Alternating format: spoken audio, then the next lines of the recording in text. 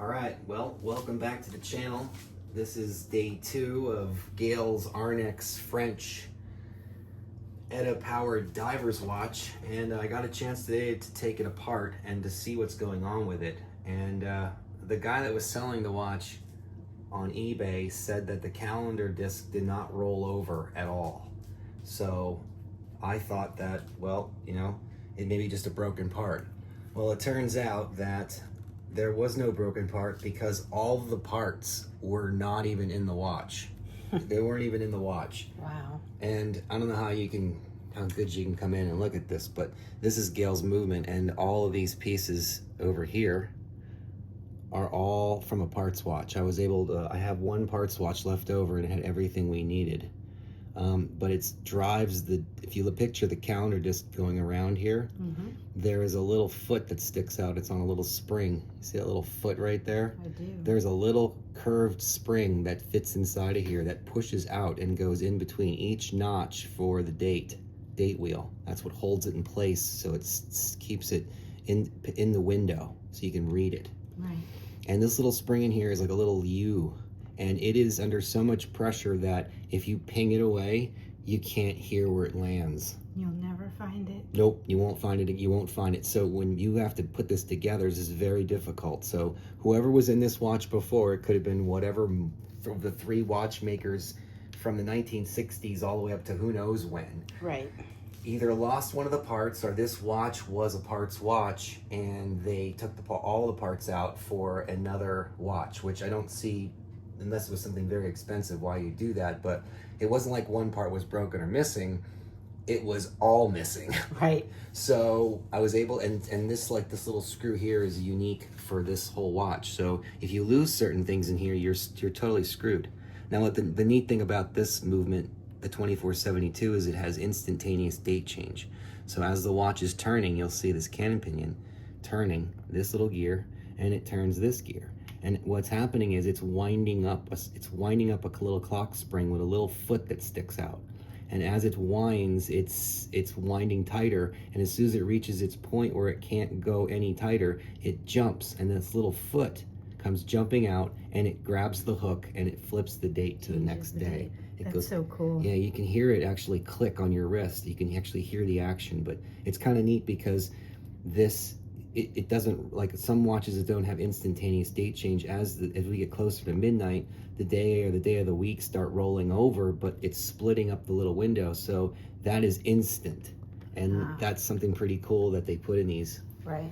So that was pretty much it. Other than the cannon pinion was worn, I have the spare one from the parts watch, and Gayle's gonna get an upgrade too, because look at here. Here's the winding bridge for the 2472. Now on most divers watches there's 17 jewels, and if you've noticed the reason why that is I think because of tax reasons. So the less jewels, the less taxes. So most divers watches, and you would think that if it's a diver's watch and you're diving and it's going to save your life, you would want all the jewels. I want as much jewels. I want it to last as long as possible. But divers watches, for some reason, never seem to get 21, 25 jewels. They have, but in the early days when it was, you know, tax stuff, they didn't do that. Right. But Gayle's these are only 17 jewels. So this parts watch is a 25 jewel. So if you notice the reverser wheels right here, these are the little wheels that will, as the rotor turns, it's winding the watch's mainspring. If you look on the 17 jewel, there's no jewels in here. There should be a little jewel in each one of these bushings as these little reverser wheels turn and wind up the mainspring. Now on the 25 jewel, if you look in there, look at all the little jewels in there. There's one in there, there's one in the middle, there's one there, there's one there, there's one there, there's one there. So there's 1, 2, 3, 4, 5, 6 jewels. Yeah. So you're gonna have 17 plus 6, you know? So you got, how many jewels is that? You got 17, 3 is 20. 23. And then 23 jewels, but you're gonna have a 24 jewel because also something really cool, look at this. Underneath where the rotor runs on either a bushing. See, there's no jewel in here, it's just a bushing. Oh, yeah. See that? That's because it doesn't have, it's got 17 jewels. They eliminate that. So this can wear over time because it's a bushing, but on the upgrade, there's a ruby. Look at the size of the ruby jewel in there. Wow. And then that ruby jewel is, you know, the reason why this movement automatic bridge and winding system will last a whole lot longer than this, is unless it was regularly serviced like it's supposed to. Right. So you're gonna have a 24 jewel. Let's see, you're gonna have one extra. So that's an upgrade. That Yeah, Gayle's gonna totally. get. So that's pretty nifty that the parts watch supplied every single thing we needed. Yeah, that was awesome. So let's look at the, so this is now ready to be taken apart and cleaned in the cleaning machine, and then I'll put it back together, and then we'll get it on the time machine and time it, and then this will be pretty much good to go for assembly. Awesome. Yeah, so that's a working, running, setting watch. Here's her dial, and that's cleaned. And then here's the date disc that came on her watch. It's unfortunately perfect, except it's missing a little chip on the 17. So either I'll swap out mine, or I'll just maybe take some white paint and go in there, and I have a red Sharpie that's fine point. I could probably fix it, or you can just use the one I have.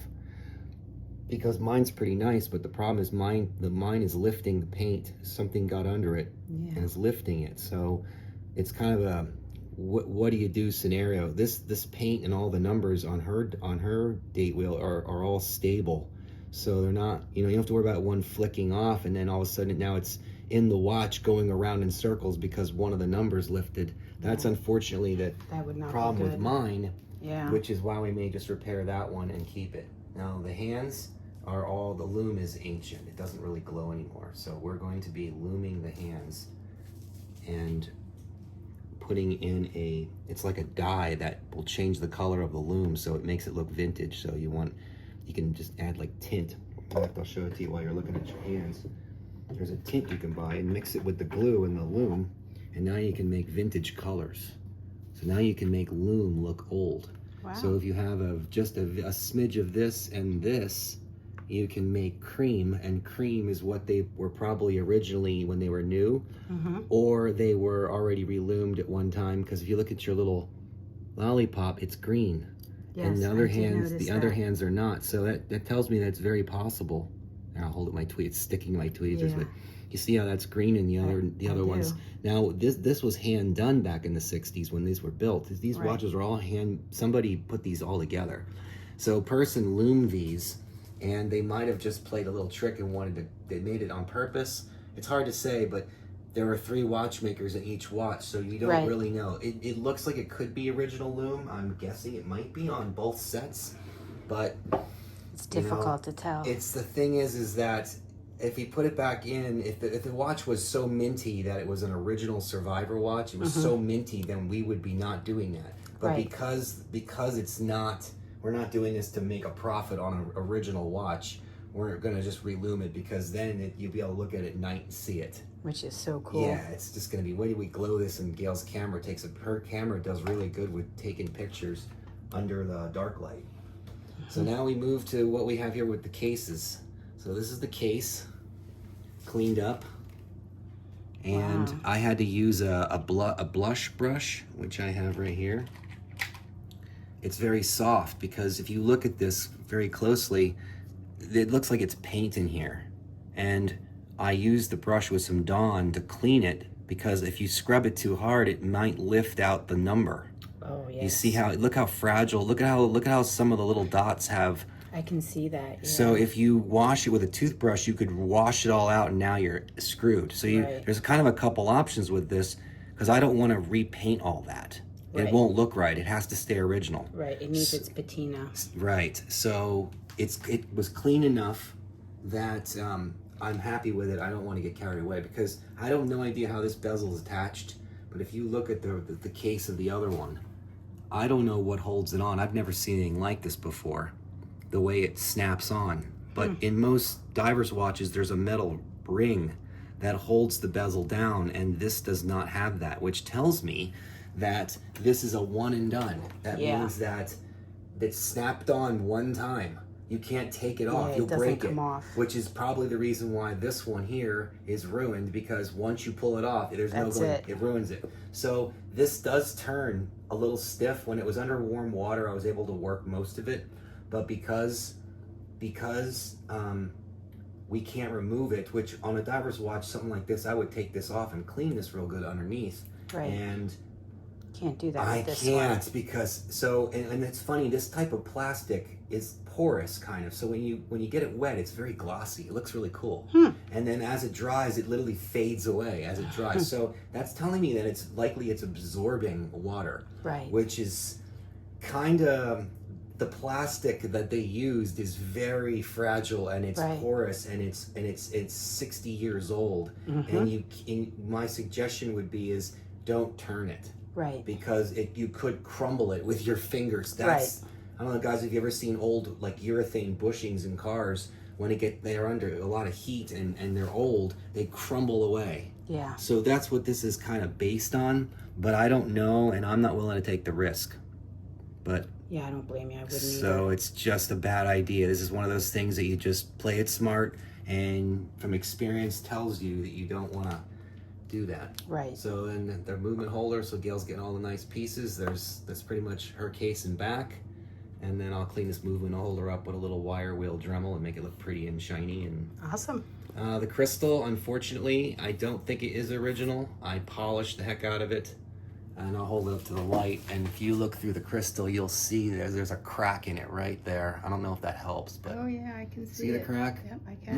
Look how the whole surface of the crystal is beautiful. Yeah. And that crack is not, you can't take it out.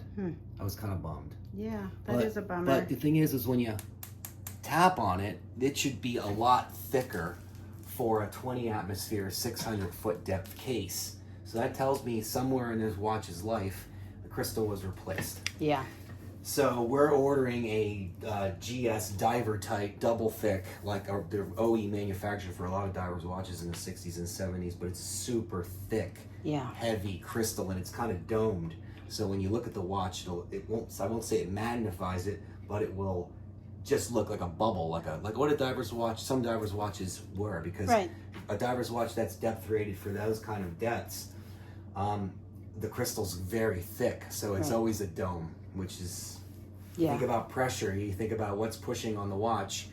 Well, it's pushing the case back in, which is what it would do, so Right. it would crush, and then it would come through the crown, which could go through there, or the crystal's pushing in from the pressure.